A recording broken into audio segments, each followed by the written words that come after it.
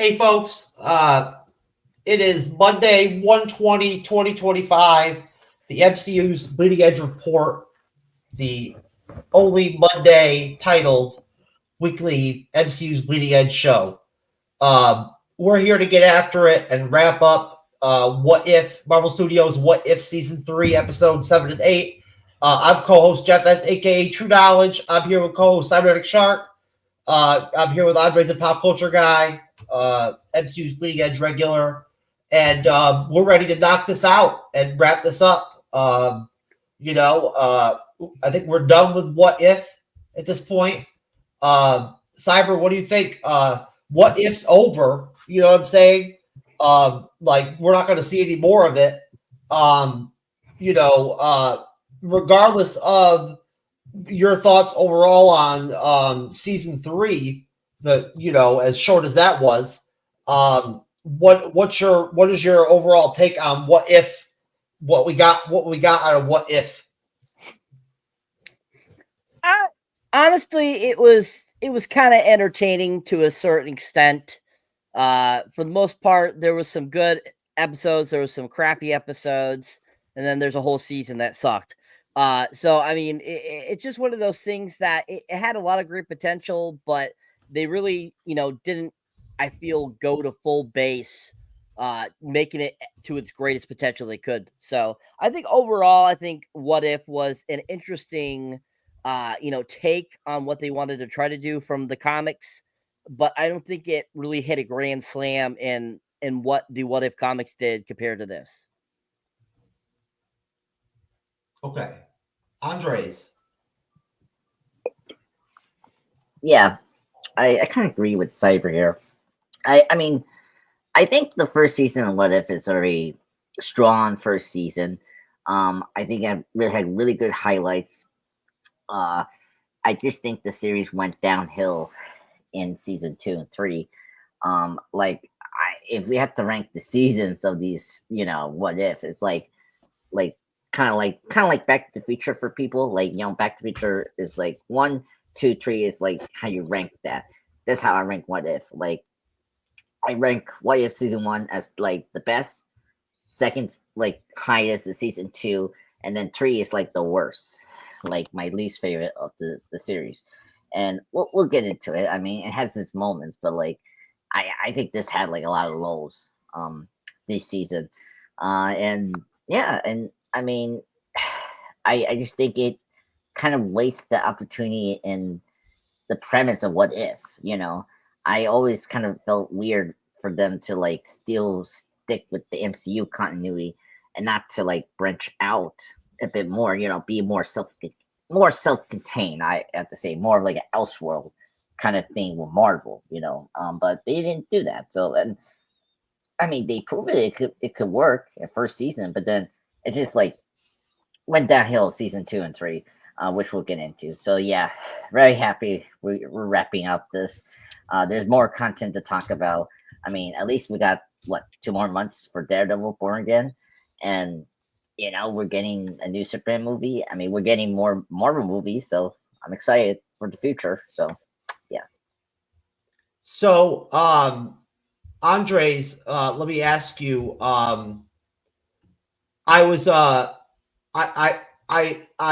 came across on YouTube this interesting kind of synopsis that this YouTuber posed, saying basically that Daredevil Born Again is actually probably more important for Marvel than any of the movies that are coming out this year. What do you think about that? Really? Okay. I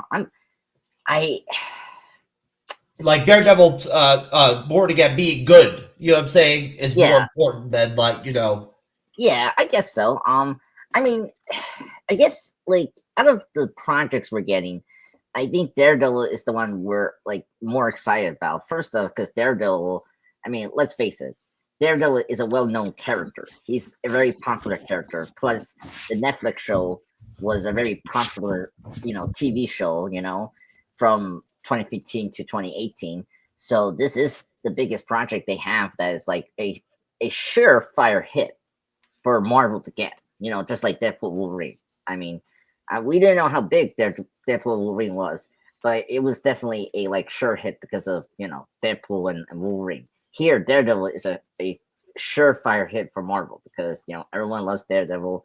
The show Daredevil, the Netflix, was hugely Oh popular. yeah, I'm sure the ratings will probably be really really high for Daredevil. Yeah, so I can see why it's going to be important, and plus it can help us get more grounded Marvel projects. Like I don't know, like getting back, Jessica Jones, Luke Cage, some other Marvel, like street kind of level stories.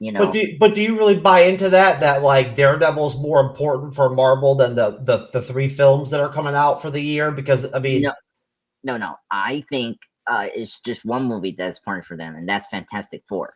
And because here's the thing, Fantastic Four is the first family from Marvel, and it's the thing that started the Marvel universe. So that is the most important thing for them for this year.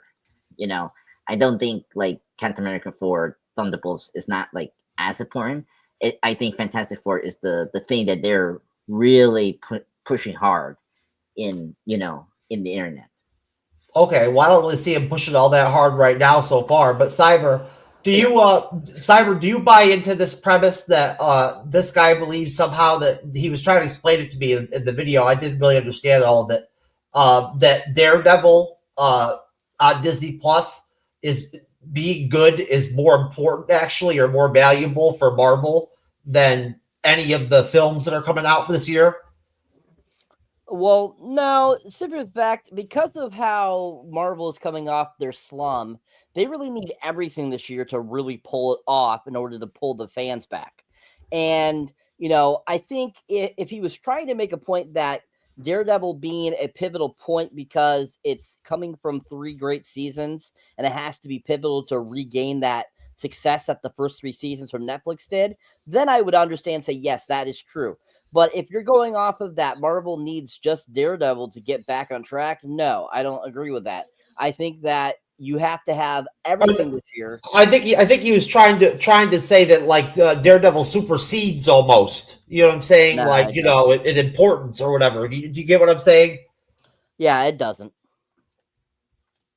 Pure and simple. Everything this year has to be good.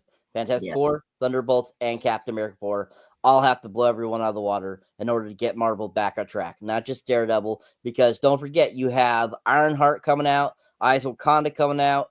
You have several TV shows that are probably going to be crap because they're still a part of that DEI shit. So you have to go, those things have to be all good in order for them to get rid of that crap that they decided to go with to get Marvel back on track to be is that where they need to be again at like, not it's not going to be 100% at Avengers Endgame level, but to get it back towards that progression, that's what they need. I'll tell you, Cyber. I've already heard that Eyes of Wakanda is only going to be a 4-episode thing. They're probably just going to throw it out in like 2 days or something like that, like one of those like what if, you know what I mean? And just throw it out like that kind of. What does that tell you about Eyes of Wakanda? You know what I'm saying? Like that, like their enthusiasm for the show or whatever. You know what I mean? What if the Marvel the zombies show is only going to be 4 episodes? Also, I mean, you made some good points, Cyber.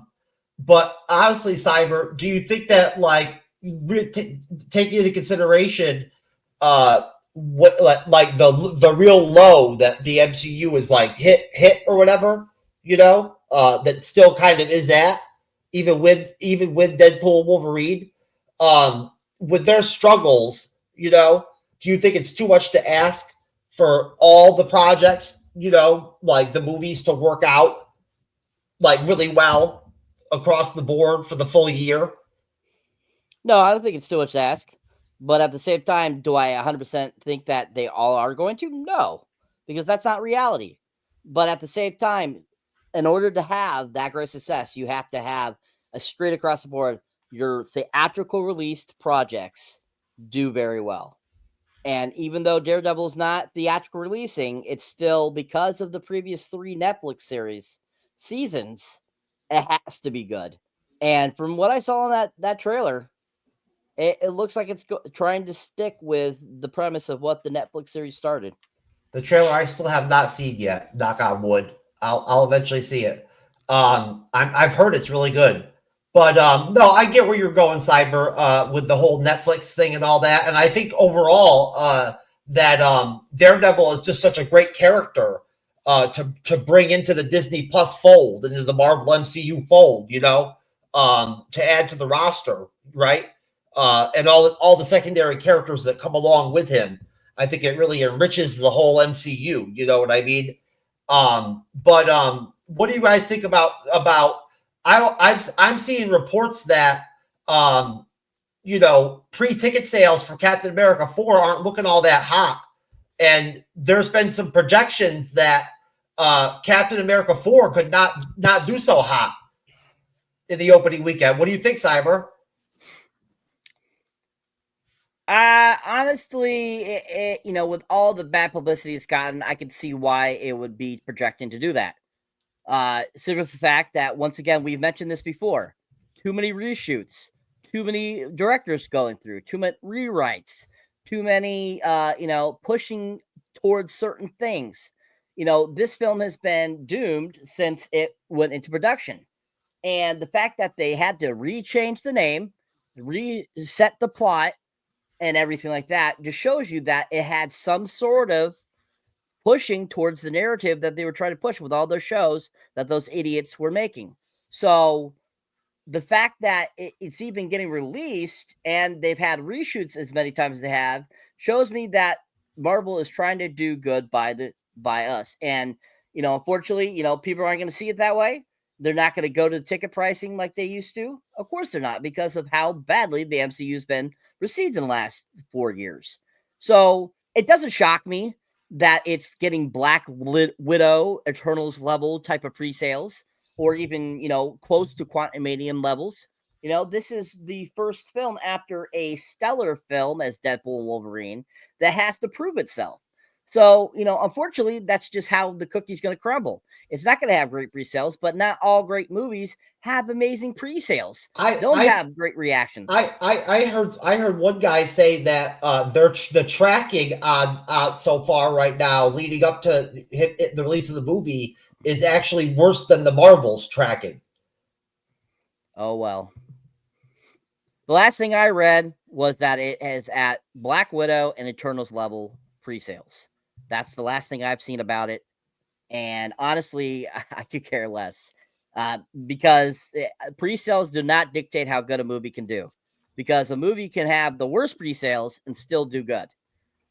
So it might not have the pre-sales like Deadpool and Wolverine. It might not have pre-sales like other films, but hopefully the Russo's coming back, fix the errors that they needed to make it a better film, and it's a decent film. Because even if it doesn't make $1 billion, if it's still a better film because they brought in those that have made success in the MCU, that's what matters, because it's putting the MCU back on track.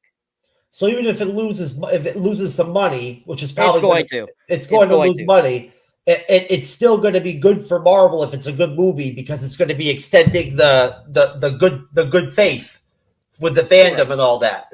I get what you're saying. What do you think? What do you think, Andres? Yeah, I tried to avoid those kind of news. I heard the news about the tracking and it's not looking good, but at the same time, I mean, Cyber brought it up before. Like some movies don't open big, but then later, when after the first week, it starts to pick up. So we don't know, I think Captain America, Brave New World, whatever, is going to open low. But if the movie is good, if it has good word of mouth, after Friday, I don't think it will start off low at all. I mean, if it goes low, like if it doesn't hit the right projection that maybe the studio or the analysis of the of the media are saying about this film, opening like this certain amount, it doesn't matter. Like, I think it should be. It's more about like how long and how like it leaks out the next few weeks. Then it's more of like, okay, it actually is a successful movie or a failure. That's what I'm trying to say here. So we have to wait and see. I had to wait and see. I do agree with Cyber. I mean, the whole reshoots and all the bad publicity around this film has hurt the film a little bit, and I cannot blame people. Like, it all seems very disorganized, the whole Exactly. project. You know what I'm saying? Yeah, exactly. And so I don't blame them. Like, I mean, look at like the next two movies after this movie. Thunderbolts and Fantastic Four have not had any dramas at all in their production at all, and this one movie has a lot of it, and it's like, I don't know. So it's crazy. We have to see. We're almost there. The Fantastic Four just started shooting a while back, so like, exactly. they've got plenty of time. Yeah, exactly.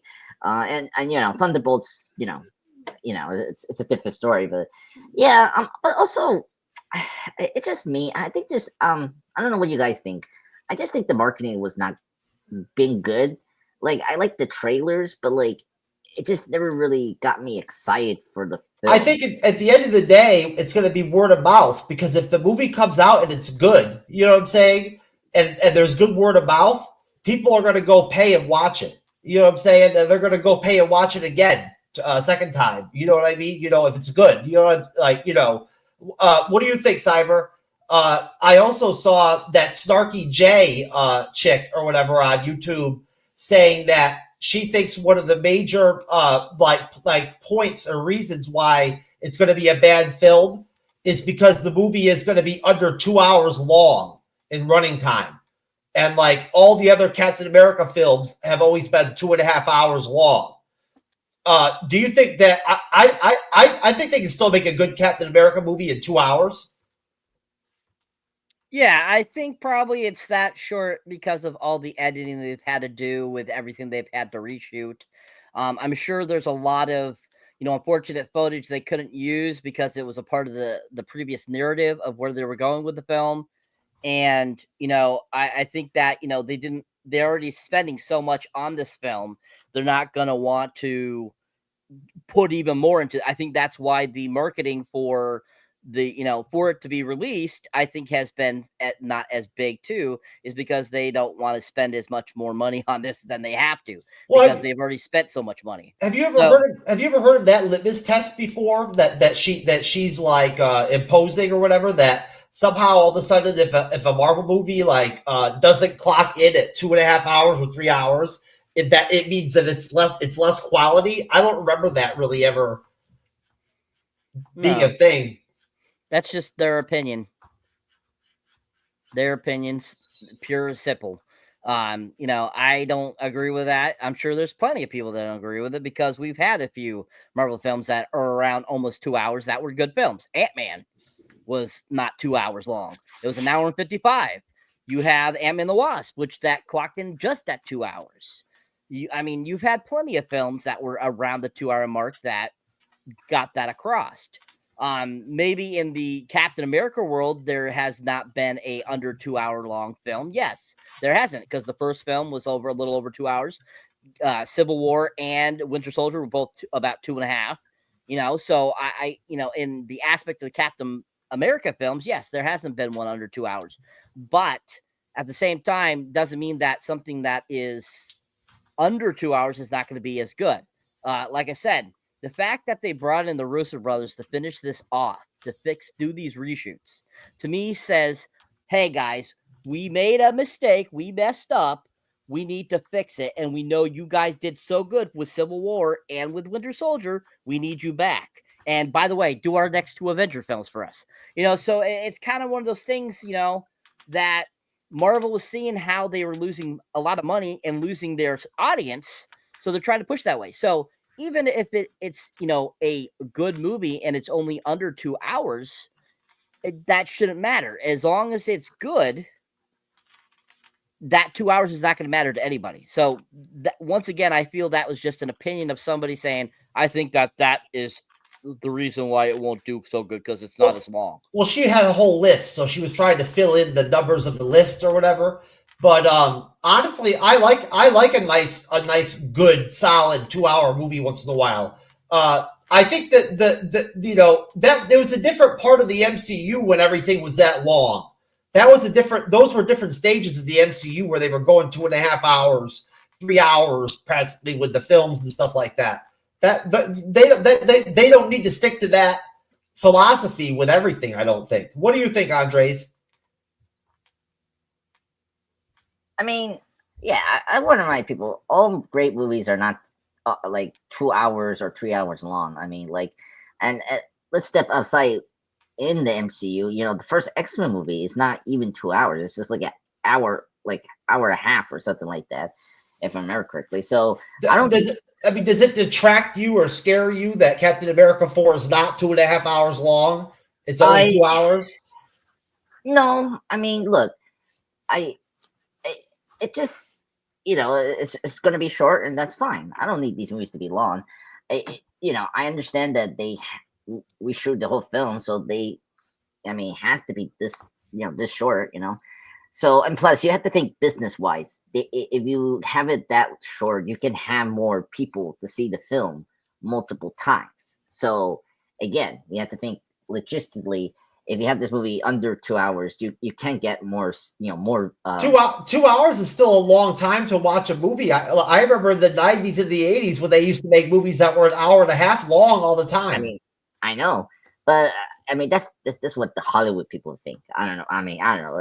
That's what they're trying to think of, just cutting this film like so short, So I'm not worried about it. I mean, as Saber said before, Ant-Man movies, the first two, are great, and I mean they're good films. The first Thor film is short too, and that's a good film.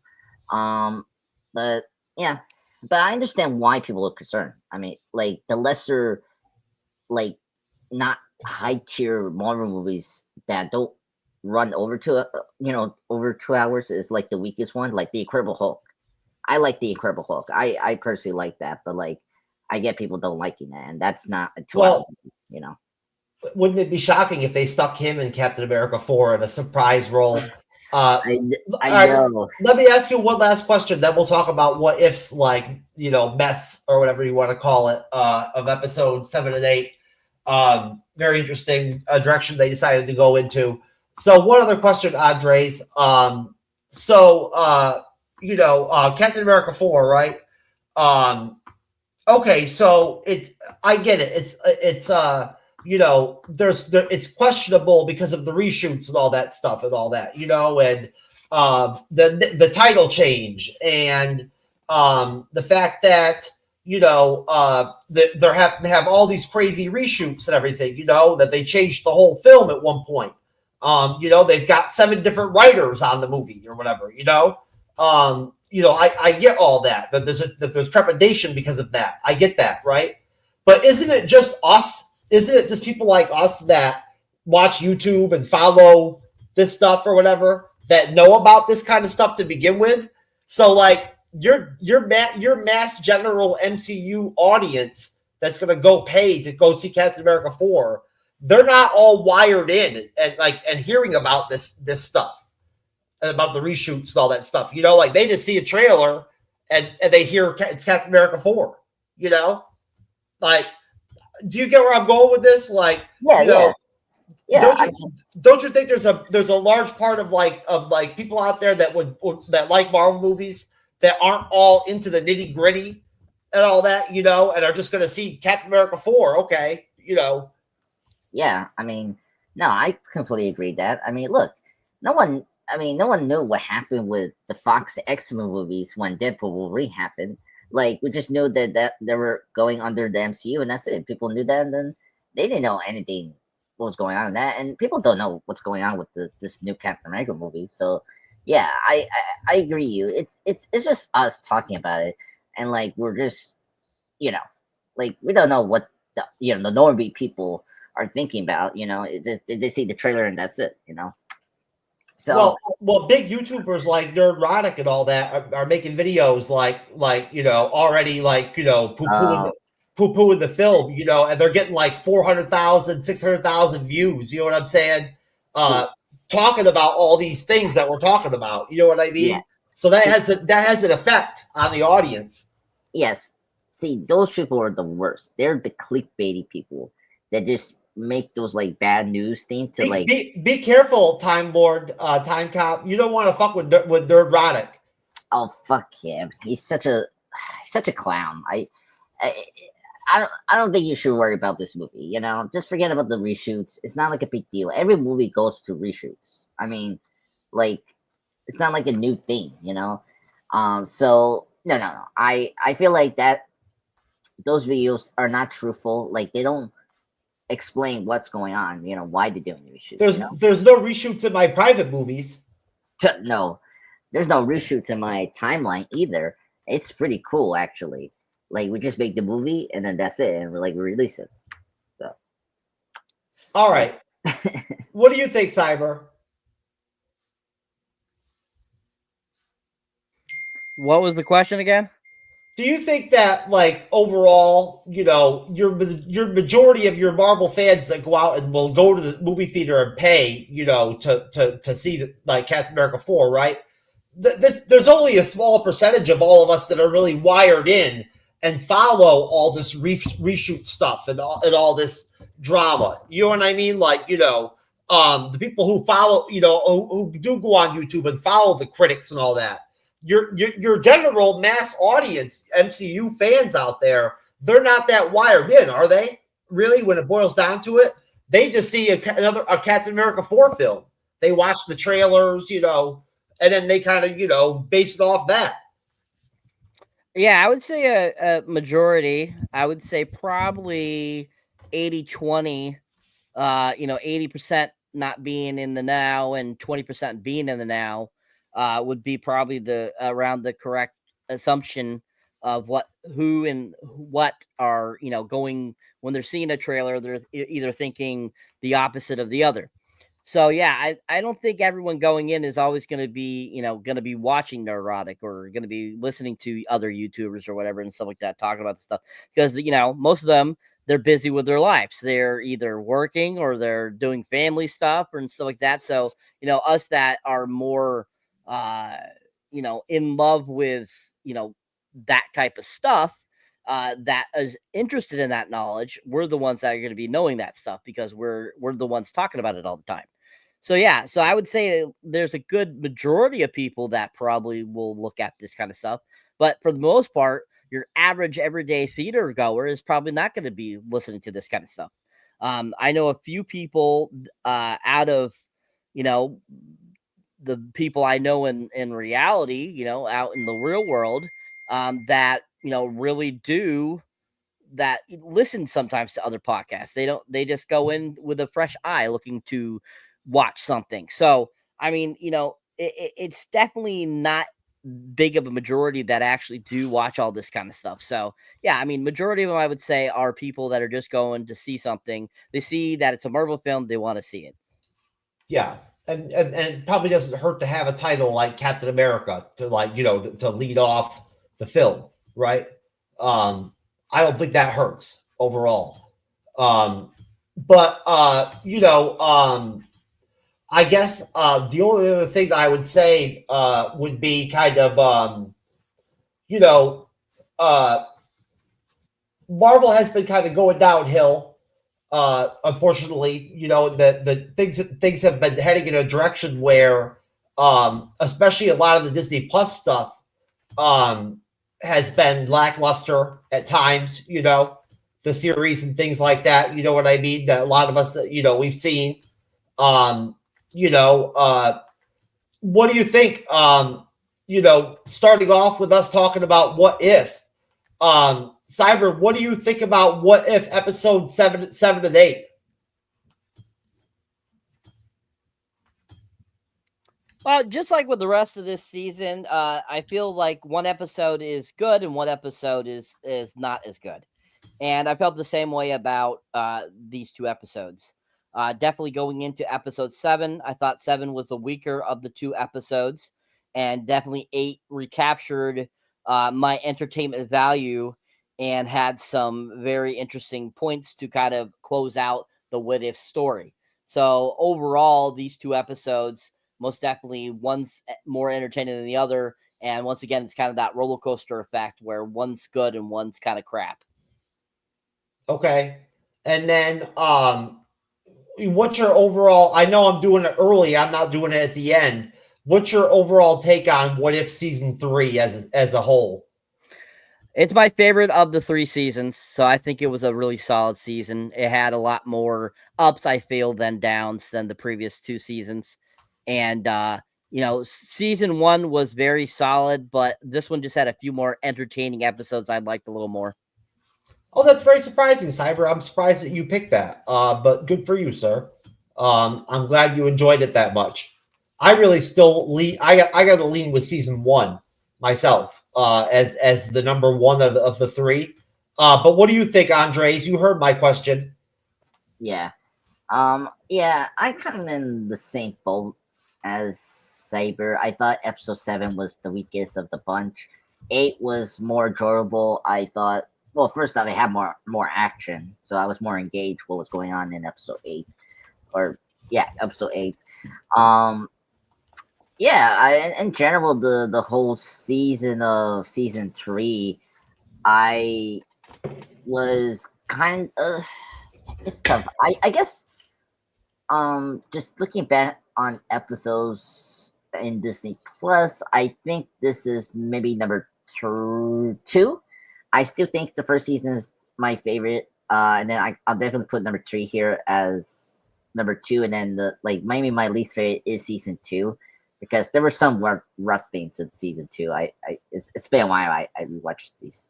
So, but yeah, I think season 3 had more what if premise that I like more. I like the Mech episode. I like the Shang-Chi episode. I know we kind of riff, the whole Mysterio and Ironheart episode, but at least it was interesting than boring. But yeah, so that's where I'm at right now with this season.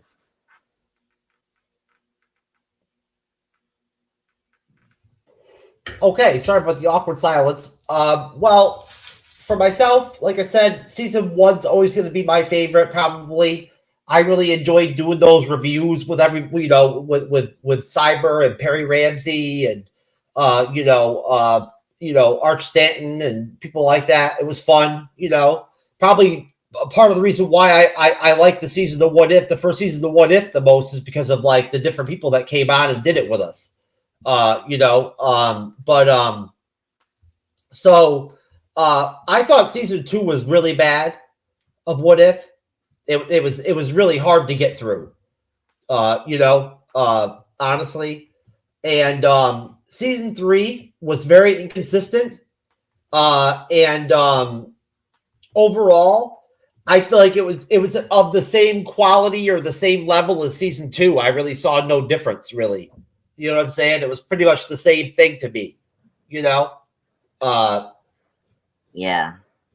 I think the reason I liked it more is because I know Peggy Carter was still important towards the end of the series, but we had less episodes of her in this season, and that's the thing that I was happy about this season, that we were focusing on other characters. But again.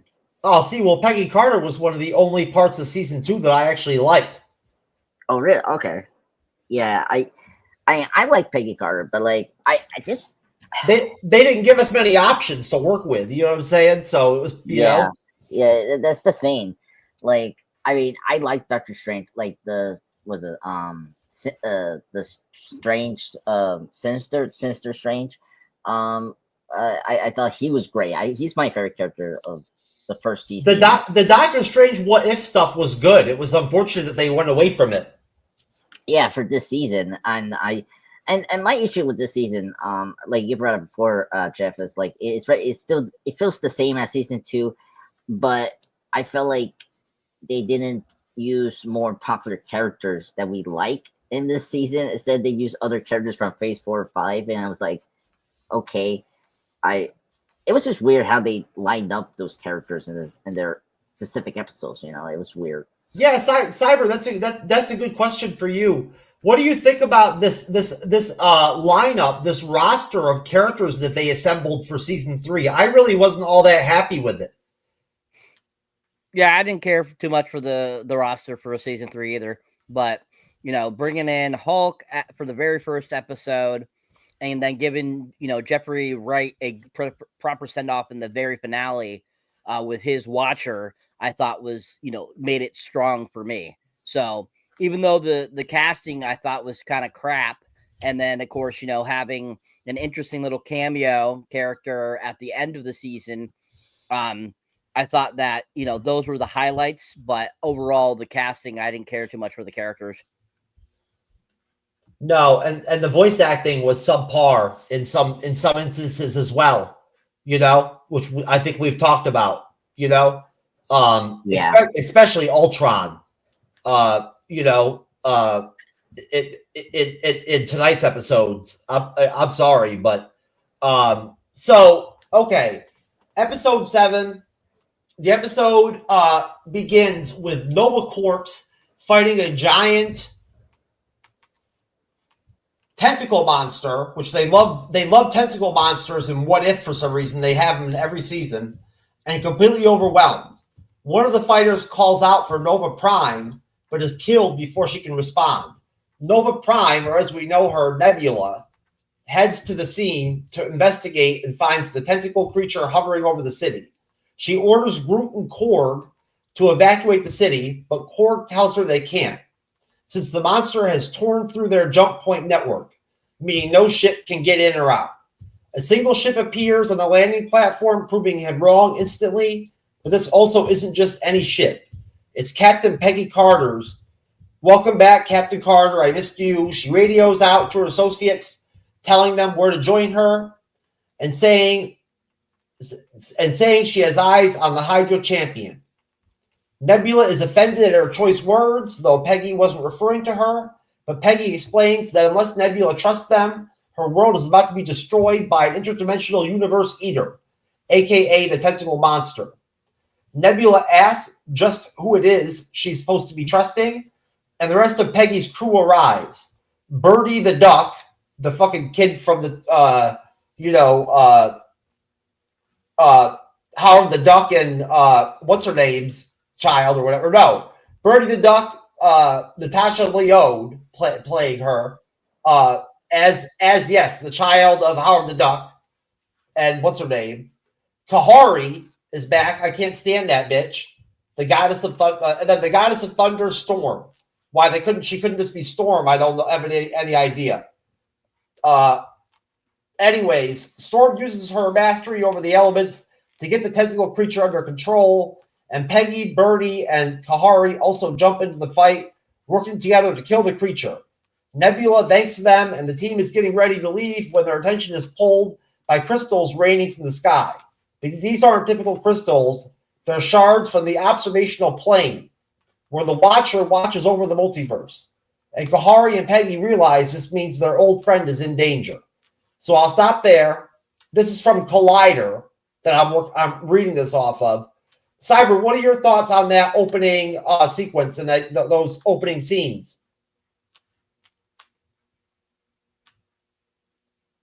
So this was probably the best part of the episode, I felt. It being the kind of the action sequence. We have the giant tentacle monster that we're having to battle. Peggy popping back up, and then of course when each of those other characters popped up, I was like, the Indian chick was back, and I'm like, oh, come on. And then Storm popping up was really cool, but at the same time I was like, but why is she freaking Thor? I'm like, that just seems odd. I mean, Storm already has powers of lightning and nature and stuff like that, so I don't know why they needed to be Thor, but whatever. She has Mjolnir, that's cool. Okay, whatever. And then bringing in Howard the Duck and Darcy's kid, I was like, what the hell? And she can fire laser beams out of her eyes. I'm like, what the hell is this? It's for real. Duck and a human being, Darcy. I'm like, well, how's that even work?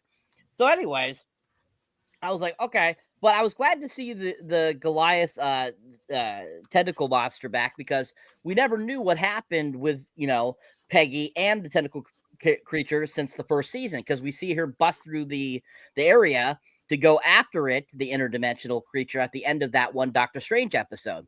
And then next thing we know, we find her in that period piece one. So I was wondering what happened to that creature. And so finally seeing it here, I was like, oh, cool. We'll get to see, actually, maybe they'll show us finally what happens to this creature.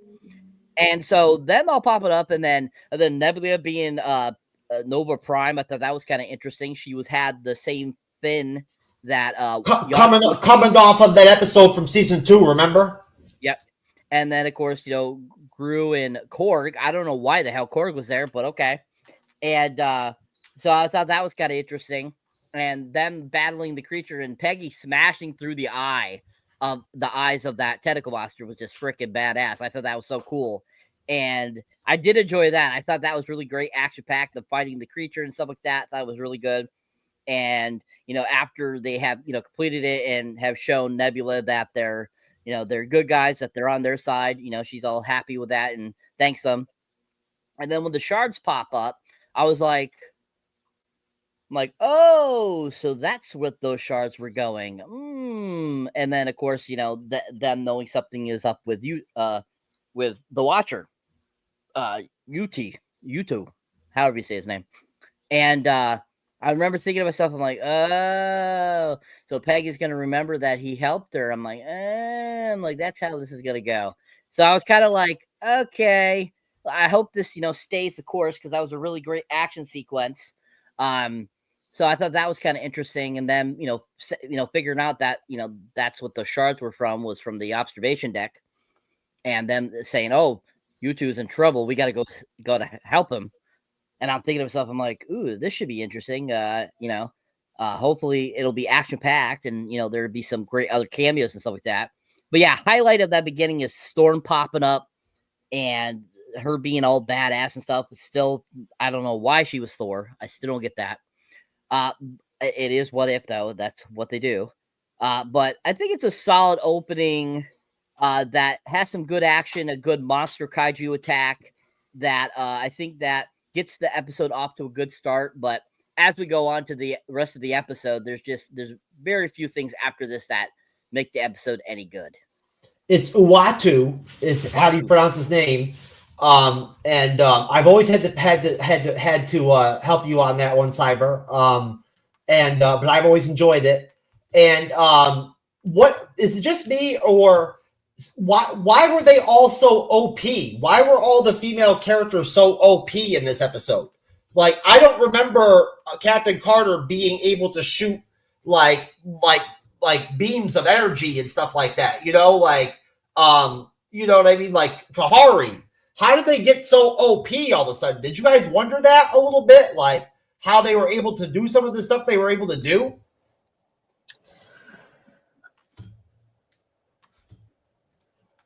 I mean, I don't remember their power levels being that high in season 2. No. I mean, Akari, you can understand because she has the Infinity Stone ability. Like, she was affected by one of those. So I can forgive. Carter, I can maybe understand. Maybe the Watcher gave her abilities to protect her, because they have a very close friendship. When he made her, when he put her in the team or whatever, the What If squad or whatever, did he give her powers or something? No, not in the first season of the Guardians of the Multiverse. No, she didn't have abilities there. I just maybe just thinking that because the Watcher in season 2 she didn't have powers. No, and she didn't have the armor, infinity armor she had that she fought for Strange with the Indian character. Yeah. Well, whatever. It's What If, so whatever. You know what I'm saying? I just found it strange that they were all so OP. You know what I mean? Like, literally. It was kind of crazy. Typical MCU, baby. What do you think, Cyber?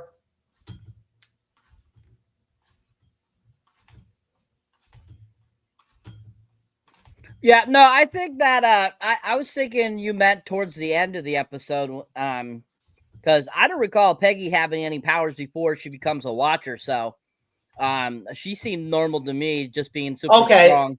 So it was when she became a watcher that she started to be like having those powers then? Is that what Correct. happened? Yeah, correct.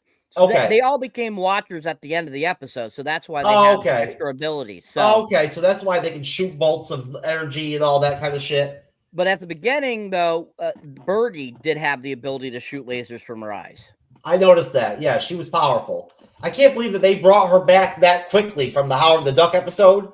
And I'm with you on the Storm thing. I said the same thing that you said already. You know, why couldn't Storm just be Storm? You know what I mean? Like, why did they have to add the hammer? I didn't really get that at all. Okay, Andres, what do you think of that part of the episode, sir? Yeah. I thought that's the highlight of the episode, really. I just thought, the action scene was really great.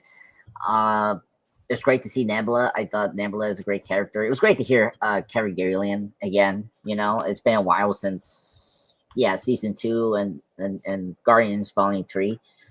2 years ago.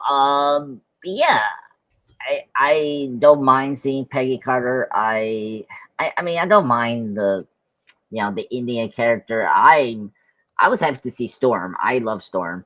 I agree with you guys that it's so weird. She has a hammer.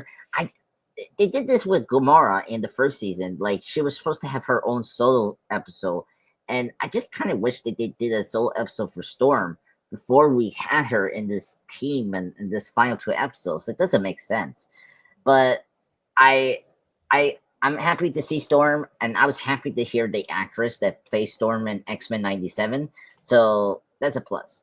But I did not care about this, was it Lady Bird theme from Howard the Duck episode this season. So stupid. I mean, one of the worst concept ever. I mean, okay, I get past the wind. Well, first up, what kind of creature is she? Is she supposed to be a duck?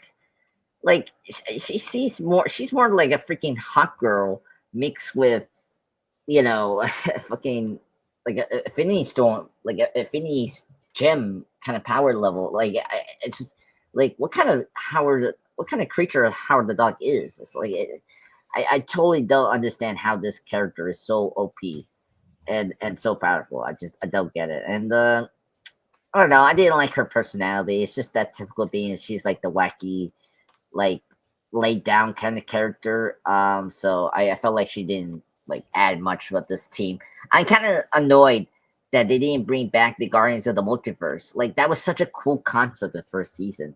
And like, it'd be kind of cool to see that again. Of course I understand that they couldn't bring back Black Panther, of course, Chadwick passed away, but like, you easily bring back, Thor and Gamora, in this, team, and then you can add, Storm and the Kari character, whatever, But yeah, this was so weird. So overall, I thought the first sequence was very good start of this episode, and it was good. They pay off what happened with last episode with the shaded kind of glass that the watcher is in to watch like every multiverse thing. So I thought that was a good payoff from last episode. So yeah, overall it was okay. Good start to the episode. Before we went downhill. Okay, so then we got like a cool thing where they changed up the opening with the Watcher, where it's usually Jeffrey Wright. They had the other, like the older Watcher guy do the intro. So the Eminence, who I'm talking about, that did the intro, lists out the Watcher's sins, saying he personally recruited Captain Carter to help him meddle in the multiverse, or to, prevent it from crumbling.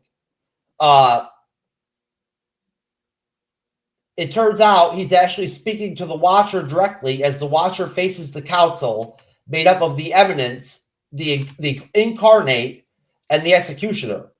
The Eminence is furious that the Watcher's actions will lead Peggy to their doorstep. But the Watcher is amused, pointing out that by terms of their own oath, they can't even intervene to stop her. But like all zealots, the Eminence is also a massive hypocrite and says that their oath to protect their order supersedes the oath not to meddle, vowing to stop Peggy and her team if they truly pose a threat. at which point the Watcher will be forced to answer for their sins as well as his own. Meanwhile, on their ship, Birdie and Kahari play a rousing game of foosball, complete with a healthy dose of cheating, while Peggy and Storm study the shards they found. Peggy confirms that the shards are pieces of the fifth dimension, and she and Storm somehow know about the fifth dimension, worried that the last time something like this has happened was the time Infinity Ultron blasted through the observational plane.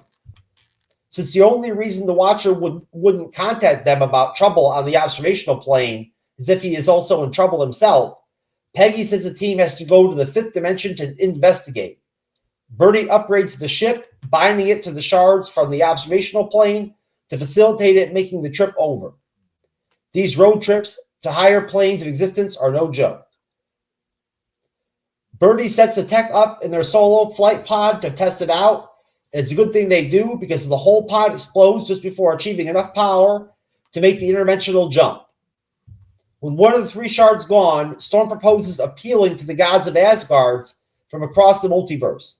It nearly works. Striking the shard with Molnagir gets her as far as seeing the threshold of light, but it's not enough to get her across. Worse, the resulting explosion destroys the second shard. With options dwindling and the Watcher's life on the line, Kahari suggests they call for help from the one being who was ever able to go to the fifth dimension, Infinity Ultron.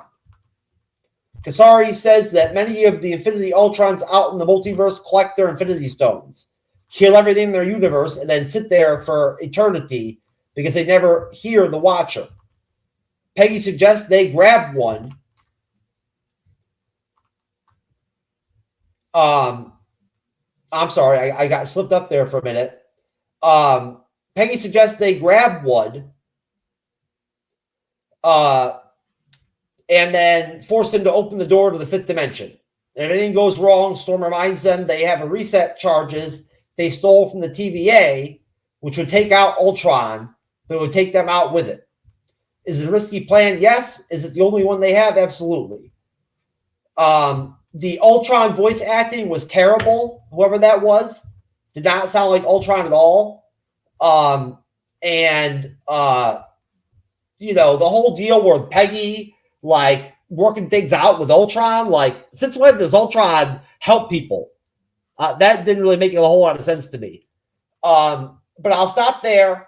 What do you think, Andres, pop culture guy, about all that shit that I just talked about? Okay, like this is where it doesn't make a whole sense of what they're doing here. I mean, first up, how did Carter and Storm knows about these glass, and then how do they know about the fifth dimension? Like, you know what I'm saying? I when they say that, I was like, wait a minute, how the hell you know that? Like, okay, I get Carter knowing that because she's close friends to the Watcher. Okay, I get that, but how the hell Storm knows that? Like, I mean, that doesn't make sense, So that was so weird. And this whole testing of the glass thing was like so stupid. It's like, why can't you just like go to Infinity Ultron first with the three things so that you didn't waste them? Like you could easily like exploit those three things and use them as weapons, So it was just so bizarre that we had to have these couple of scenes of the team wasting time and like resource to like test these things to like get to the Watcher, right? And it's like, why? And then it's like, Kari brought up like, let's go to the Infinity Ultron to like help, and it's like, why you didn't say that in the first place? Like that was so like illogical. Like you should have brought that up the first thing so that you save more time. So I thought that was just like, okay, it was just so annoying. The scenes with the Watcher, with the three Watchers, like was actually the best thing about this episode. Whenever we like, I think someone I think was Ramon or William brought up before like last week was the Watcher is the best character of the series. Like whenever he pops up, he's great. I mean, of course, Jeffrey Wright is amazing. as the Watcher in this show, and every time we do a story around him, he's like very compelling. And I thought the scenes we see him being in trial against his crimes. I mean, at first, like his crime with Fire Ranger, Heart Ranger, Ironheart, like okay, that was a stupid crime, but like the other crimes makes a lot of sense, and so I was very very engrossed with that storyline. I just wish we had more time spending on the Watcher than this team. I don't think they call them the Guardians of the Multiverse. They call them the Exiles, which is an X-Men team. If you know your X-Men lore, it's kind of weird. Yeah, so I felt like the Watcher stuff was really cool, and I agree that opening what if sequence, instead of Jeffrey Wright doing the narration, is the one of the older Watchers. That was really cool. I thought that was really great. So yeah, this was very weak sequence. Whenever we never had the Watcher on screen, that's when the episode was really bad, because there was just a lot of internal logic that doesn't make sense. Like, how the hell these characters know this? And then they were just making a lot of stupid decisions that I thought, like, you could have easily done this like the first time and didn't waste this whole time, So that's my thoughts on this sequence. Cyber.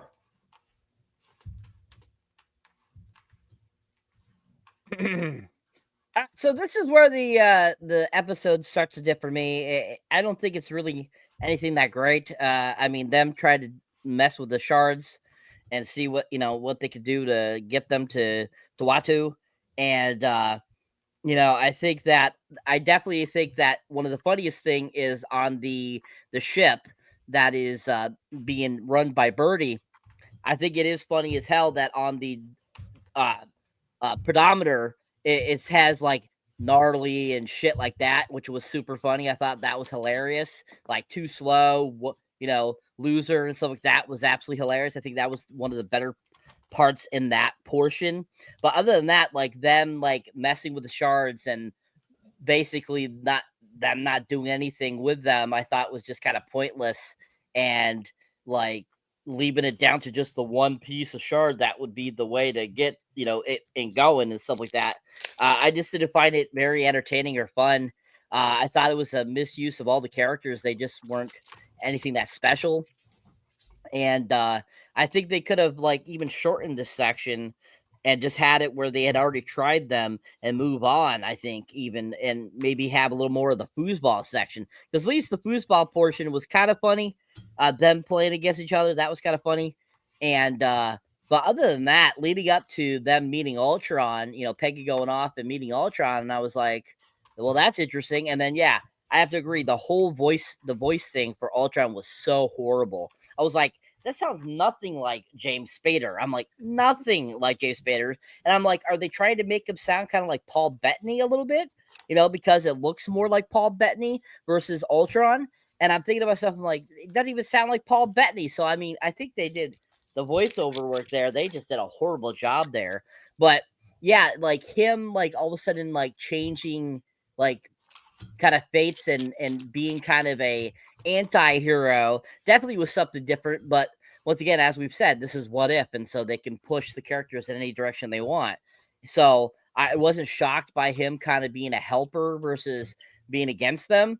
But definitely Peggy popping up there at him, and he like turning around and going, what? I destroyed all life forms. What are you doing here?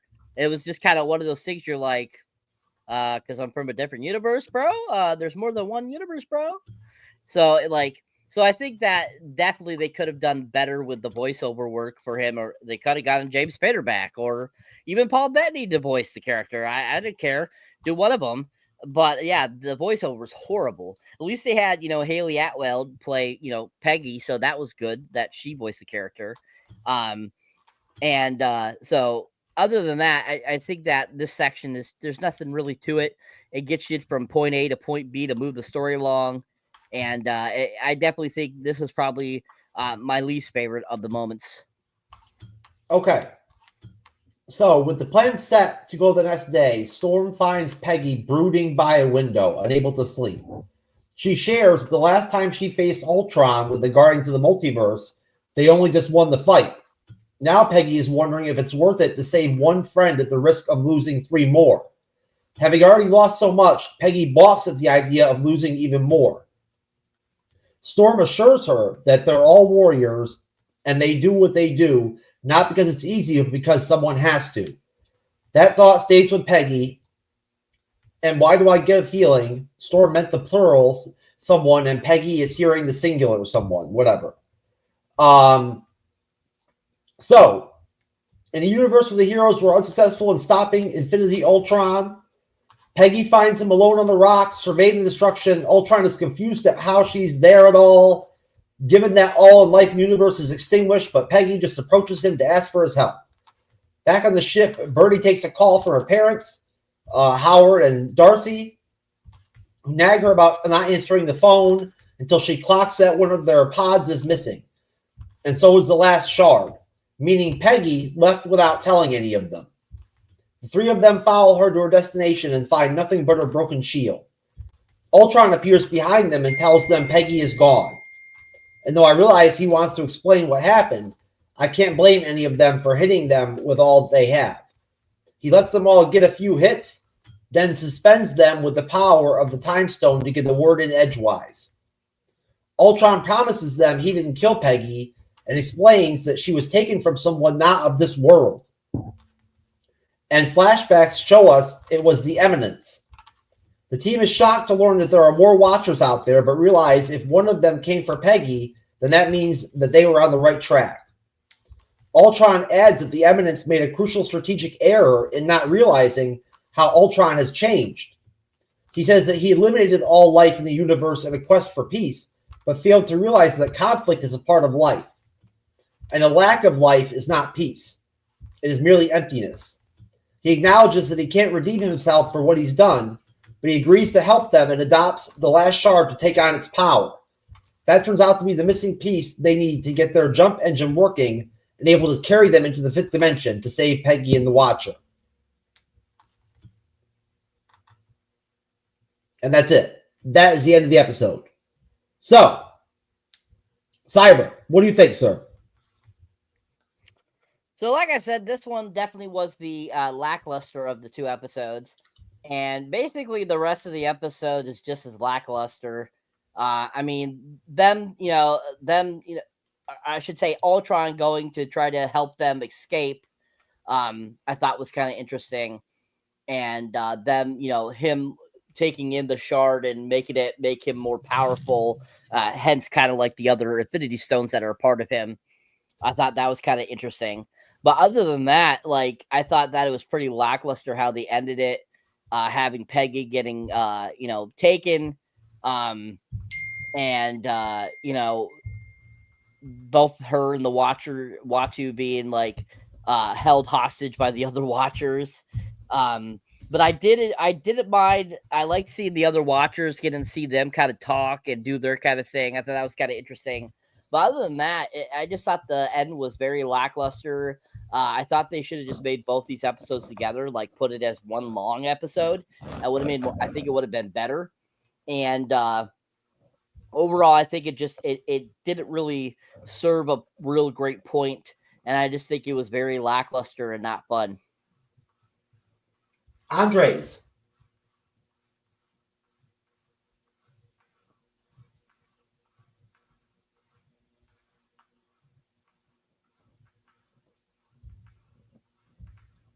You're muted, sir.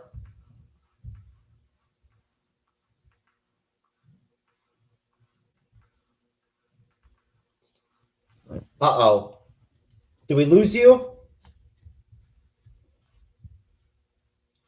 Okay, whatever that means. I don't know. I don't know sign language, so I can't really help you with that. But okay. So while I'm waiting for Andres the Pop Culture Guy to report back into the audio zone, I will say that I really didn't care for the end of the episode either.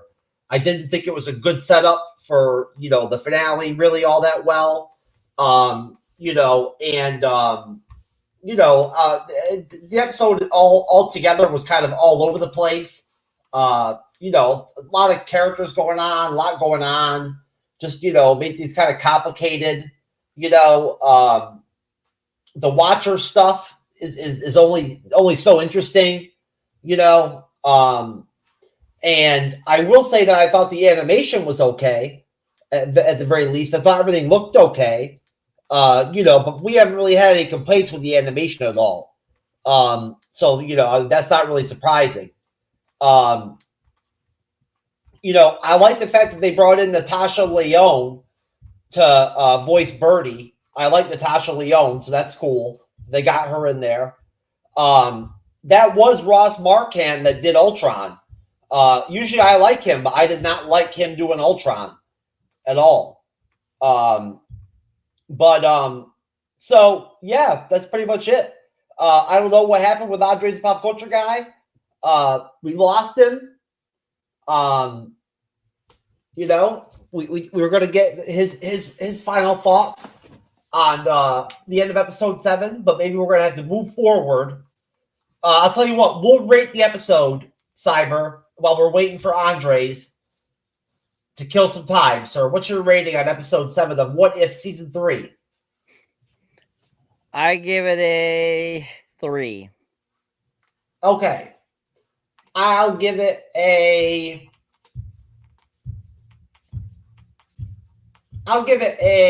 5.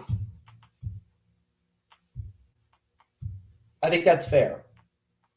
So, all right, well, I'll tell you what. Since we lost Andres, he dropped off the face of the earth for some reason. I don't know what happened. Let's move on to episode 8.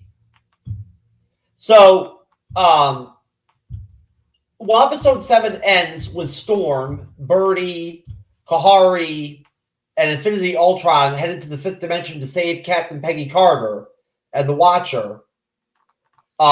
Episode 8, What If, picks up eons earlier with a younger, technically speaking, Watcher with the Eminence, voiced by Jason Isaacs, as he prepares to take his oath.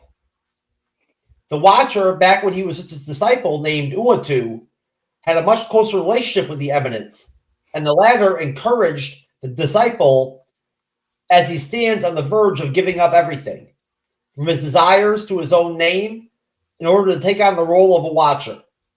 But the Eminence tells him that he's confident that he will strive, and in all his years of training others, no one else has seemed so dedicated to the mission, as he isn't afraid of the sacrifice. Uatu wonders if the Eminence might be wrong about him, but the concern is dismissed as the Eminence doesn't believe in wondering. What if? Since their role is simply to observe. The Eminence asks Uatu if he's prepared to give up everything in his life to be an observer. And Uatu replies, to watch over everyone, I must become no one.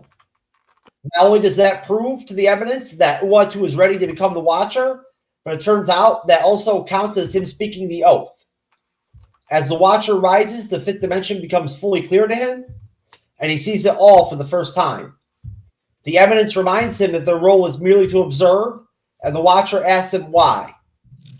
I'm glad he asked this question, because I have spent 3 seasons wondering the same and was starting to think I dismissed the explanation. The Eminence tells the Watcher that the answer will come to him in time, and whatever his conclusion is, he's confident it will not disappoint. Back in the present day, though I suppose time is relative in the 5th dimension, the Eminence is extremely disappointed in what's become of the Watcher. His former protege has gone from believer to heretic before his eyes. Though how you can be a heretic when the reason for belief is never even conveyed, I'm not sure. The Incarnate and the Executioner demand that the Watcher be made to answer for his crimes, but the Watcher insists all he's done has been to help others and save the multiverse. The Eminence rejects the idea that the Watcher only ever shared secrets with heroes, citing Stephen Strange, who used the Watcher's knowledge to destroy one universe and create another, as an example. The Watcher protests that Strange's sacrifice, which created a new universe from which countless realities now grow, is a miracle, not a crime, and because they realize he might just be right, they pivot instead to his intervention with Riri Williams and Junfan, and also apparently Reed Richards, Nick Fury, and Madison, who I'm convinced spells her name like this in every reality. I still think a handful of interventions is not a huge deal in the grand scheme of eternity, but apparently the Eminence does not agree. The worst transgression of all, he says, is the Watcher's involvement with Peggy Carter, and he takes the opportunity to reveal they have her in custody too. The Executioner says the lives of mortals the Watcher goes out of his way to save don't matter in the grand scheme of the multiverse, but the Watcher counters that they matter to him. I also ask, if that's the case for the Executioner, what does matter in the grand scheme of the multiverse?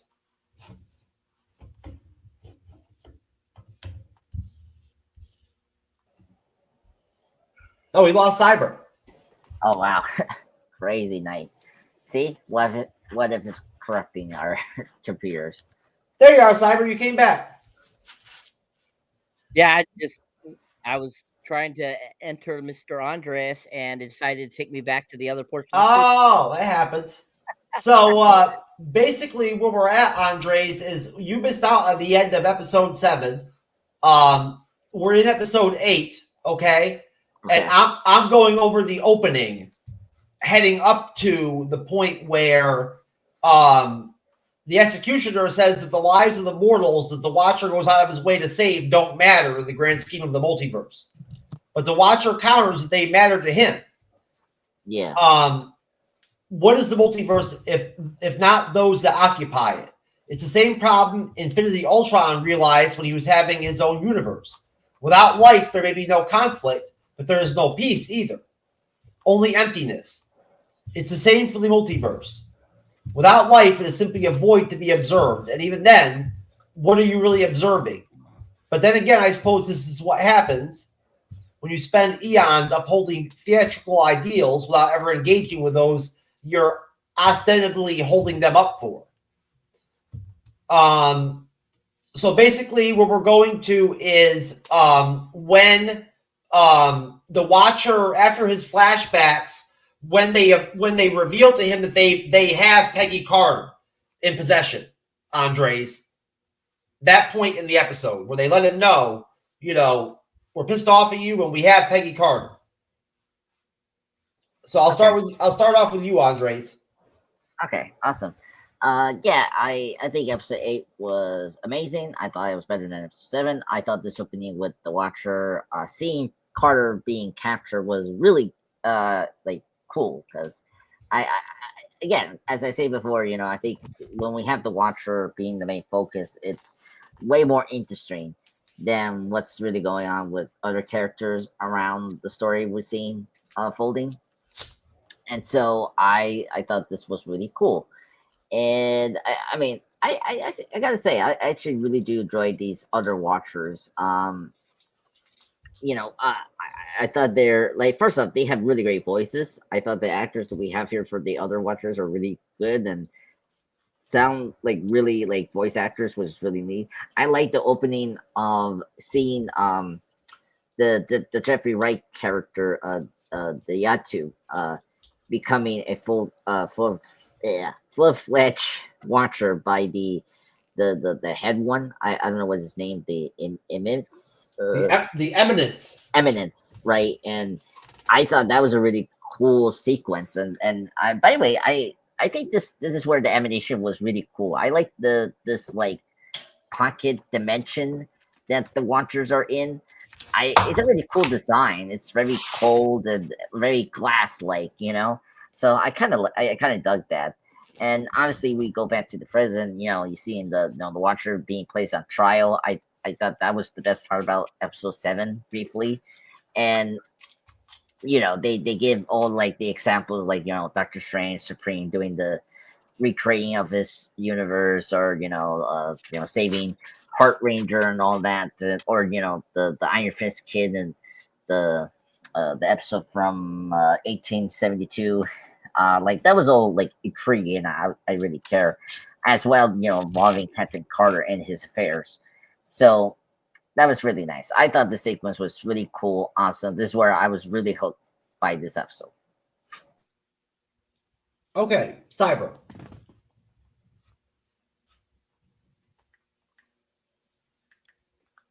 The beginning of this is a very solid, strong start. Going right to Watu being captured and talking with the other three Watchers is really fun. I think that we get a lot of great information from the Watchers that we did not know, and kind of like their thought process, kind of what they think of what Watu has been doing over the past 3 seasons of What If.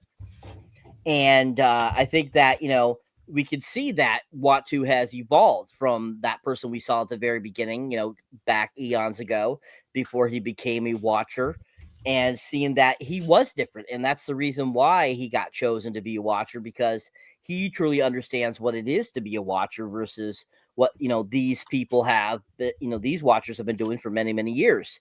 And, we saw that throughout the course of the 3 seasons, that Watu definitely was different and that he intervened when he felt that it was necessary. And so I think that we get a really kind of great idea of kind of the climax of, these 3 seasons here by getting all this information. I think that that was done really well. And, them making their way towards finding Peggy after she's captured with Ultron and stuff like that, I think is really fun too. So I think this is a really solid start to the episode. Gives us a lot to talk about, lots to think about. And, seeing Peggy in those restraints was hilarious too, because she's like superhuman and everything. And so is Watu. So it's like, what are the abilities do these Watchers have that are able to keep superhuman creatures from, being able to escape? So I think that's really interesting too. And the one thing I was thinking about while watching this episode too was I don't know much about the actual Watchers, like from the comics or anything like that. So it intrigued me to want to know more about what the Watchers are about. So I think that this episode starting off really gets those gears grinding and making you interested in knowing more about these Marvel characters. Okay. So Peggy tries to cheer the Watcher up, telling him that despite what the evidence says, he's not no one, because everyone is someone, and what's one heretical thought too many for the evidence, who tells Peggy that now she has to die.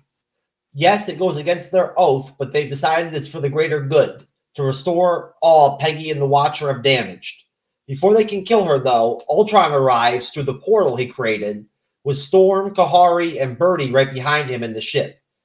He undoes their bonds and tells the two of them to get to the ship while he holds the trio off. Birdie gets them out of there and asks the Watcher where they should go, but he says it doesn't matter because Ultron won't be able to hold off the Eminence forever, and once he loses his control on him, there's nowhere where they'll be safe. Birdie suggests that if they can't hide within the multiverse, then maybe they can hide within the seams of the multiverse, thanks to the upgrades Ultron left them with. The Watcher is still skeptical, but Peggy says it's worth a try, since they've done the impossible before more than once. The team comes up with an alternate plan. They head for Strange's universe, since he's the one that shapes reality there, and he might be able to strip the trio of Watchers of their powers. Just as they set their course, the Eminence destroys Ultron, which cuts the power capabilities on their ship.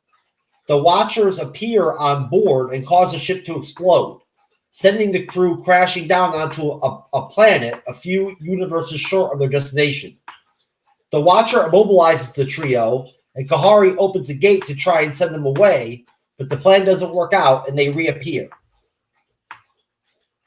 The Eminence, still not over how disappointed he is in the Watcher, but he tells him that his faith wasn't misplaced. He just has a new way of seeing the mission now. To the others, having a different point of view, or really any point of view at all, is heresy, as a Watcher must be truly neutral. The Eminence picks up the 5 of them and tosses them against a nearby cliff face, pressing them against the rock until it cracks. As he tries to crush them with the pressure, the Watcher proposes a plan to get them out of this, but warns they may not like it. They'll have to take an oath to become Watchers themselves, as it will give them enough power to survive. So I'll stop there. Go back to you, Cyber. What do you think about everything going up to that point?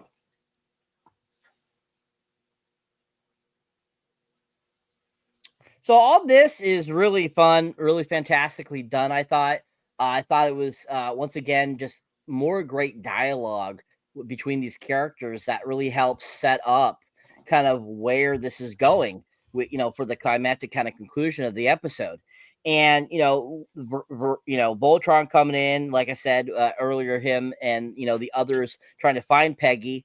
And find Watu and stuff like that. We have Ultron using the shard to be able to move through the dimensions to get to where the Watchers are, and them basically getting there at one point, and Ultron smashing through and trying to allow Peggy and the Watcher to or Watu escape. And we get that kind of great scene there, which is pretty action packed, and he's held them off, and then they start making their way, and we get kind of that great kind of like idea of them trying to stay between the different dimensions and stuff like that, which I thought was a kind of an interesting little take. And them all hugging and saying, "Oh, we're glad we got you back," but don't go off by yourself again, that kind of deal. And I think that it's really solid, some action there. And yeah, I thought, trying to get to that kind of like in between the dimensions thing so that the Watchers can't find them. I think it was a really clever kind of idea. And it really kind of just gives some great kind of like thought process to like, ooh, here we are talking about different levels of the multiverse and how there's other extra inches and areas and stuff like that. So I think that was really cool and fun to really kind of see a little bit as they're trying to transition through these things and make their way to get away from the Watchers after they have grabbed Peggy and Watu. And so we get that great kind of like chase sequence that's really fantastic. So I think that it's another solid portion of the episode that's really enjoyable, really plays out very well, and gets us to that great kind of final act. Andres. Yeah, I thought this section here was really spectacular. I mean, this is where we were getting kicking in with the action. I agree. The voice for Ultron is not really good. It's the same voice we got from season one, and I thought he was great in season one, but for some reason this season he just sounds really awful, or I don't know, really awful. But I thought the Ultron was really interesting. Like he is this like passive, person now after destroying so many of societies or galaxies in his dimension pocket, and helping out the crew here and the Watcher is really cool. And I always dug uh blaster beams from these characters, and they did not disappoint. And I really dug uh the entry beams that the Watchers do, because they were so like Jack Kirby designs, like those little bubbles you see in the comic panel. And when Jack Kirby does the like energy beams or teleportation or something like that, that like really remind me of that. That was a really cool detail they did there. Yeah, him sacrificing I thought was like kind of cool. I mean, I didn't. It was a good sacrifice. I don't think it was like a big emotional thing, but I think it wrapped up the characters arc well from last episode. So that was really good. Yeah, and then them trying to escape from the three Watchers was kind of cool. Trying to hide them from various multiverse was a really good neat idea. I like to see the Watcher being the leader, and it was really cool to see him commanding these enhanced people, and telling them how to get away, and get inspired by Captain Carter, that he his ways of doing was is right, and he saved a lot of people over the time he's been doing it, and also gave Carter a purpose to do in life as well. So I really dug all this sequence here. Definitely the best part of the episode so far. Okay. So uh as we stopped before, they have to take the Watcher oath, as it will give them enough power to survive. They're hesitant, understandable, as there's nothing quite as alarming as eternity, but don't have time to mull it over, as their only other option is immediate death. The four of them take the oath just as the pressure from the Evidence's powers become too much, and they all emerge, Watchers in their own right, with badass matching sets of armor. The others are furious that mortals are sharing in their sacred gifts, but the Watcher counters that the four of them actually understand sacrifice, and are thus better equipped to handle the power. He even goes so far as to reclaim his name, Uatu. The fight is officially on now, as the other Watchers don their armor, and it really wouldn't be the MCU if we didn't cap things off with a visually stunning action sequence where punches are traded and banter is had. I understand why their power-ups came so late in the game. We needed somewhere to go and some way to elevate the stakes, but I'm really disappointed that, at least for now, this is all we're getting of these characters as a group. I would have happily watched Peggy and Co. venture through the multiverse, even more so now that they're all Watchers. The tide of the battle shifts between our group and the trio of Zealots, with our heroes delivering some very satisfying punches to their faces. Finally, our heroes trap the trio in a cluster of their power and demand they yield, but the Evidence refuses. Uatu tells them to hold and tries to appeal to his one-time mentor, begging him to see differently. This turns out to be the same fatal mistake many heroes have made before, as the trio takes advantage of the lone moment of mercy to escape and rise into the sky, merging to become one being. They tell the heroes that they won't just kill them here, but they'll go as far as to erase them from every version of every reality so that they never existed, never touched anyone, and with all the good they've done now gone. Peggy realizes the best way to win a fight is to simply have the audacity to go on, and she launches herself at the trio, sacrificing herself to stop them. This final heroic act works as it restores the other three in every galaxy, and presumably restores her in every other one. But the Captain Carter we've come to know over the last 3 seasons is gone. The Eminence is unfortunately also still alive, and claims Peggy sacrificed herself for nothing. But it wasn't actually for nothing, as Peggy also propelled them into Strange's universe, where the Eminence is stripped of his powers. He's surprised he didn't see this coming, but Uatu tells him this is due to the loss of perspective over eons of looking down on everyone and everything. He also assures his former mentor that he isn't there to kill him, as that's not their way, choosing instead to give him another chance, with Uatu as the teacher and the Eminence as his disciple, learning to see rather than simply watching. As for the others, they gather in the 5th dimension to say farewell to Peggy and mourn the fact that she's no longer with them. Though Uatu suggests she might be out there, watching them somehow. After all, for the first time ever, Uatu feels as though someone is watching over him.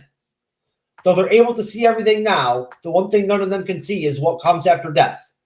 Though Kahari says her people believe there's something more after a person dies, Uatu says he doesn't know for sure, so all they can do is ponder, what if? And with that, the series comes to an end. And what are your final thoughts, Andres, the pop culture guy? This was very good. I think this was a very good series oral finale. Not the best, but I think it was really good. I like how they wrapped up certain things from the series. There's a couple things I don't care about. I don't really care about these. The other two alive, and I was happy the Storm did survive, so I'm happy about that. I thought Captain Carter's sacrifice made a lot of sense. I think it was very emotional, and especially for the Watcher, I thought that was effective enough. I really dug the twist that Carter transported them into the Strange universe, and they got their powers get stripped away, and so that was really cool. I thought that was an awesome scene. And then just seeing the Watcher, Trevor Wright's character to just talk to them and see this new perspective and of life and in this universe. I thought that made a lot of sense and was just perfect. I thought that was just really nice and this really surprise ending there. It's just a little nitpick. I was so frustrated with the images that we saw Like we could have really other cool what ifs if we didn't end this show. Like I mean, before we get to the credits, but like you saw the what was it a Corey yeah the Indian character with the super speed, like she one moment when Carter did explode and send them to the dimension, you see briefly other variants of these characters. Like there's one for Apocalypse for her. That was really cool. And then you saw one for Storm as I think was it Black Panther or something like that. I don't know. Eh, like really cool ideas that like could have been better to see in the later seasons if they continue on. And then of course then towards the end of the credits you saw like the six arm Spider-Man. You saw like a samurai Ghost Rider. I was like, oh come on, we couldn't get an awesome Ghost Rider. What if he was in feudal Japan? Like, come on, we couldn't get our boy Michael B. Jordan and Shaq back, you know, making jokes. But nope, we didn't get that. Um, yeah, and then we saw like a Punisher Ironheart. Like that was really cool in the credits. But yeah, that was really interesting and very nitpicky for me. This is like why we're ending the show. There's so many potential what ifs. Um, yeah, this seeing the Watcher doing his monologue was really cool. I like how they transition that to end like wrap up the series, just like how they did it in the opening of these episodes. That was really cool. Now, the one thing I don't care about was seeing like he took like the three remaining superheroes, Storm, Birdie, and uh, the other character as his like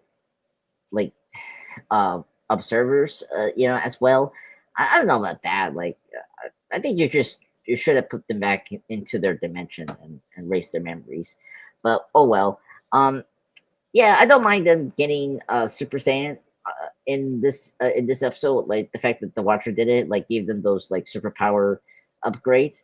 But yeah, but I don't think they really need that after they were done with the three Watchers and their defeat. So overall, I thought this was a good series finale. Not the best, but very very good one, and they nailed it. They wrapped up pretty good. Cyber.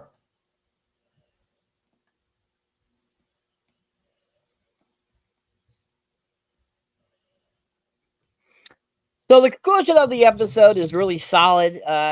Lots of great action going into this section. I mean, it's just nonstop action. When Watu turns all the heroes into watchers themselves is really cool. I think that's really awesome. And I think that Peggy really is a standout, is kicking some butt, and I think all of them, just like the fight sequences, I thought were really well animated. I thought they worked out really well. And I just loved how much action was at the end of this episode and how they, really try to draw on the action element to really close out the series and close out the episode and to give us some, something to really go out and talk about and want to say, hey, this wasn't too shabby of a ending for a what if. And I was really impressed with it. And I liked how they kind of drew the line and how they played it off and where they were battling these Watchers. And we could see how powerful the Watchers are throughout this whole episode, and that they have a lot of power, and that it's very interesting that, that they have all this ability, and yet what is really their place in the universe and so forth, and all that kind of stuff, and them battling it out, and each kicking each other's butt was just really cool. And basically getting to the kind of towards the end of the episode, when they finally are about to lose, after all three Watchers basically combine and start doing like this whirlwind shit, which almost made me think of the giant creature, or the kind of the main bad guy in Tron, the original Tron from '82, that is like that big red spinning thing that's kind of like the main intelligence and the killer and the bad guy and stuff like that. And maybe kind of think of that a little bit. And so like this pretty much, they're like, oh crap, we're not gonna survive this. All of our versions of us through the multiverse are gonna be destroyed. And Peggy's like, hell no. And she stops herself from disintegrating, which was really freaking badass, and ends up just going in and like kicking their butt and like sacrificing herself was so badass and awesome. And I just thought that was so great. Like that I feel is what a Captain America would do. Captain America is about, is showing that it's about the American people. It's about, helping people. And so I think that's what was great, and that she sacrificed herself to, stop them from being not in existence ever anymore. And I think that was really cool and awesome. And just like after after she stops them and stuff, which is really cool, we end up having them like all like it kind of blacks out and goes back to them, and they're all on the ground and stuff like that. And they're all still there. And that one watcher's like, how did I see this coming? Just like, what are you talking about, bro? You're not going to see it coming because it wasn't in the script, bro. That's why you didn't see it. So I think that's kind of hilarious that he's like, I didn't see it coming. And you're like, can't see everything that's coming, bro. Like, I didn't think you saw you having to battle these people with Watu against you. And so I think that was just a really great ending that, is a really great tribute to Peggy. And I think that it closes off really well. It's a really great ending and a great kind of like full story arc for Watu. And I think that it really plays it off very well and really enjoyable. So a really solid ending to this episode and to the series, I thought. Okay. What about a ranking, Cyber? This episode, I definitely give a 10 to. I really enjoyed it and really found it great. Okay. I'll go up to a 7. What do you got, Andres? Yeah, 8.5 out of 10. Okay. All right. Well, unless you guys have anything else that you want to say about What If Season 3, I think I'm good. That's our review of What If Episode 7 and 8. We're done with Season 3 of What If. We are, next Monday, apparently, moving on to our Friendly Neighborhood Spider-Man, which we will see what we think about that. I don't know. A little bit iffy right now with that, but we'll obviously we'll cover it and check it out and let y'all know what we think. But I guess it's time to go ahead and do our plugs so we can get out of here and enjoy the rest of our evenings. But we appreciate everybody out there. Thanks for checking out the show. Hope you enjoy our reviews as usual. And I'll start off with Andres, the pop culture guy. All right. Well, I just want to say thank you, everyone, for joining us tonight for What If Season 3, the final 2 episodes. Yeah, happy it's done. It was an okay show. So, recently, I posted my Dr. Eggman, aka Jim Carrey's live action version of Dr. Eggman from the Sonic films. His birthday was a couple days ago, so check that out. I did my In the Mouth of Madness movie tribute. Check that out because this week I just want to thank Jeff for coming yesterday, last night. Yesterday, last night. The live stream review of In the Mouth of Madness, of course, directed by John Carpenter and starring the one and only Sam Neill. Check that out and plus check out the movie tribute. And we did a couple trailer reactions in the live stream review. If you check that out, we did 28 years later reaction and the Superman 2025 reaction with that trailer. So yes, and I did some shorts. I did my first movie short. It was on the Sonic the Hedgehog 3. There's more to come. My second one will be in the Nosferatu version of 2024. I saw that. It was really great. Hopefully I can put that together. Continue this, the shorts ever pass away. So you can see more movie reviews now for me in the nearest future. So yeah. So thank you, everyone. Okay. That would mean that it would be your turn, Cyberneticshark, sir. And there you are.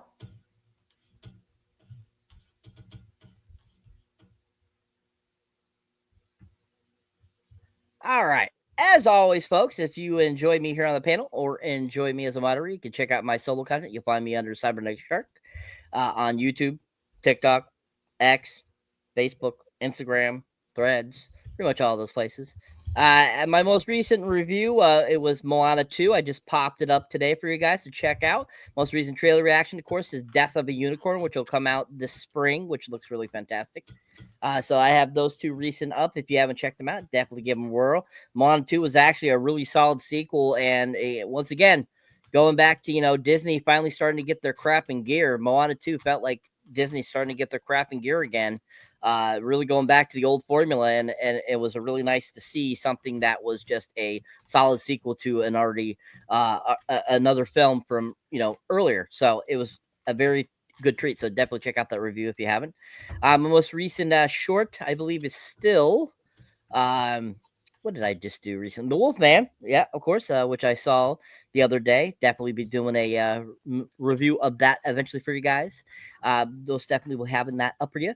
We'll be having my worst and best of reviews up eventually here soon within the next couple weeks, along with some more trailer reactions, some more movie reviews, and some more shorts hopefully for you guys from some more newer stuff I've watched. I've been watching a lot of TV lately, so haven't been watching too many movies. But yeah, keep your eyes out for that. Keep on subscribing to us and keep on watching us here on the MCU's Bleeding Edge. And we appreciate everyone for watching and watching our solo content. You guys are rocking it. Okay. Thank you, Cyber. Thank you, Andres, the pop culture guy. Good show, guys. For as much as I've been critical of What If Season 3, I still did have a good time. Reviewing episode 7 and 8. It was a good show. Always a good time with you, gentlemen. I look forward to seeing you again on Friday for We Were Soldiers. Well, I'll see Cyber on Friday for We Were Soldiers. Andres is not going to be there. He's too busy. So he's not going to be there. But I'll be there with Cyber for We Were Soldiers. And then we got Minority Report next Friday, which is going to be great. So I'm looking forward to that. I haven't watched it in a long time. So it's going to be a good watch. Very fun. What's this upcoming Monday? Spider-Man. Friendly Neighborhood Spider-Man. Oh, we are actually doing that. Okay. There's nothing else to do. You didn't mention it, so I was just making sure. I looked around. There's some TV series that are out that are like in second seasons and third seasons and things like that. You know what I mean? But it's tough to walk in on a show that you've never covered from the beginning. You know what I'm saying? Mm-hmm. So to fill in the gap until Daredevil, we'll just have to see what we get out of Friendly Neighborhood Spider-Man. Let's keep our fingers crossed. In the meantime, folks, we wish you all the best. Enjoy the rest of your evening. You've got a little bit left before it turns to midnight. So we will see you the next time. And God bless you. Take care. Peace. Galaxy. Yeah. Someone at the door, John, now I'm here to stay. Tell me who the fuck gonna face the music. More brick laying, less screen time. Been cutting back on the daily usage. Long road for the road dogs, for the weird miles from the soapbox. Got BKTs on this bitch, so everybody get